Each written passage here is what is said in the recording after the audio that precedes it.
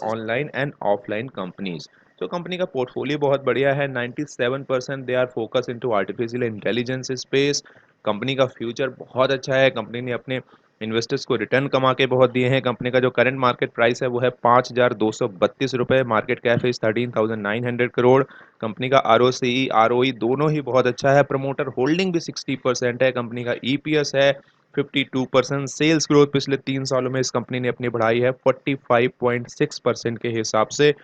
Company ने return अपने investor को कमा के जबरदस्त दिए हैं। अगर मैं पिछले लॉन्ग टर्म के रिटर्न की बात करता हूं तो कंपनी का प्राइस 2019 को था सिर्फ 800 रुपये, जो आज बढ़ के हो चुका है 5000 से ऊपर। तो this company is a market leader in this space और कंपनी ने अभी भी बहुत पोटेंशियल है। The next company in our list is Persistent System Limited. Persistent System provides software engineering and strategy services to help companies to implement and modernizing their businesses. It has the own software and frameworks with a pre-built integration and acceleration. It also has a partnership with the providers such as Salesforce and AWS. Company का current market cap is 19,000 crore. Company का current market price is 2,500. Company का ROCE is good, that is more than 20%, ये 23% है। Company का price to earning ratio है 42%। Company एक market leader धीरे धीरे बनती जा रही है एआई स्पेस में और आपके पोर्टफोलियो में जरूर होने चाहिए। अगली कंपनी हमारी लिस्ट में है कोफोर्स लिमिटेड। कोफोर्स लिमिटेड बहुत ही जाना माना नाम है और इस समय 3900 के आसपास का इसका मार्केट में करंट मार्केट प्राइस है। Coforge is an IT services company providing end-to-end software to solution and services to top businesses. It is among the top 20 Indian software exporters. Prominent global customer including British Airways, the ING Group, SAI Investment, Sabra, and SITA. Over the years, Coforge has set up subsidiaries in US, Singapore, Australia, UK, Germany, Thailand, mainly to market and mobilizing projects and software divisions. The company has business partnership with a large IT companies across the world. Company का market cap है 24,000 करोड़ और company 1 lakh market cap जरूर अगले 5 से 10 सालों में hit करेगी। And to be noted कि कोफोर्स ने अपने इन्वेस्टर को पिछले 15 सालों में करीबन 50 गुने का रिटर्न कमा के दिया है। अगली कंपनी जो हमारी लिस्ट में है वो है Honeywell automation India private limited. Honeywell Automation India was started in 1987 as a joint venture between Tata and Honeywell. It was known as Tata Honeywell Limited, each holding 39% stake. Later in 2004, Honeywell Asia Pacific Incorporated bought Tata's stake, and the name was changed to Honeywell Automation India Limited. HAL is engaged into primarily in the business of automation and control system on turnkey business and others. अगर company का market cap की बात करते हैं तो 36,000 करोड़ है। Company का current market price है लिमिटेड का। 40,779 और और इन्फोसिस एक कंपनी लीडिंग एक कंपनी बहुत है बड़ी लीडर कंसल्टिंग है इस टेक्नोलॉजी और ऑटोमेशन स्पेस आउटसोर्सिंग में और में, एआई जिसके स्पेस में। अलावा ये last next company generation in our digital list is services में इन्फोसिस भी काम लिमिटेड। करता है, इन्फोसिस जहां के पर बारे में ये हम बहुत एआई ज़्यादा और बात मशीन नहीं लर्निंग का करेंगे big because this time is a इस्तेमाल वेल नोन करता है। कंपनी। और अगर आप इस कंपनी के मार्केट इन्वेस्टमेंट चेकलिस्ट कैप के देखेंगे तो हिसाब से डिफॉल्ट इंडिया की प्रोबेबिलिटी दूसरी सबसे ऑब्वियसली बड़ी लो है, आईटी कंपनी क्वालिटी है। चेक्स में यूएस और टॉप यूके परफॉर्मर में है इनका और मेजर ग्रोथ स्कोर क्लाइंटेल में है, मेजर इनकम सेटिस्फैक्टरी परफॉर्मेंस वहाँ से देता है। आती है। और वही ये अगर आप एक कंपनी का ऐसी large price to cap company earnings है रेशियो जिनका देखेंगे तो आर्टिफिशियल अराउंड इंटेलिजेंस में बहुत 30.49 है, फोकस जो है। कि तो इस इंडस्ट्री कंपनी पी ने से थोड़ा 94 कम में है। एस्टेब्लिश एंड होने जस्ट के लाइक बाद टाटा अपने कंसल्टेंसी हजारों लाखों सर्विसेज, इन्वेस्टर्स इन्फोसिस को limited multi is one of the millionaire और multi best long billionaire term बनाया है। इन्वेस्टमेंट्स और अवेलेबल इन फ्यूचर द में आईटी भी ये सेक्टर। कंपनी तो 15 ये से है वो 20% लिस्ट ऑफ रिटर्न की 15 कंपनी। क्वार्टरली ग्रोथ और एनुअल ग्रोथ हमेशा देने के लिए सक्षम है और ये कंपनी आपके पोर्टफोलियो में जरूर होनी चाहिए। So these were the IT stocks and जो कि एआई स्पेस में है और आपको अपने पोर्टफोलियो में जरूर रखना चाहिए। अगले 10 से 15 सालों में कम से कम 2-3 कंपनी में आप इन्वेस्टमेंट करिए और अपने पोर्टफोलियो को बढ़ता हुआ देखिए। And before signing off, please subscribe my channel and keep watching. Thanks for watching.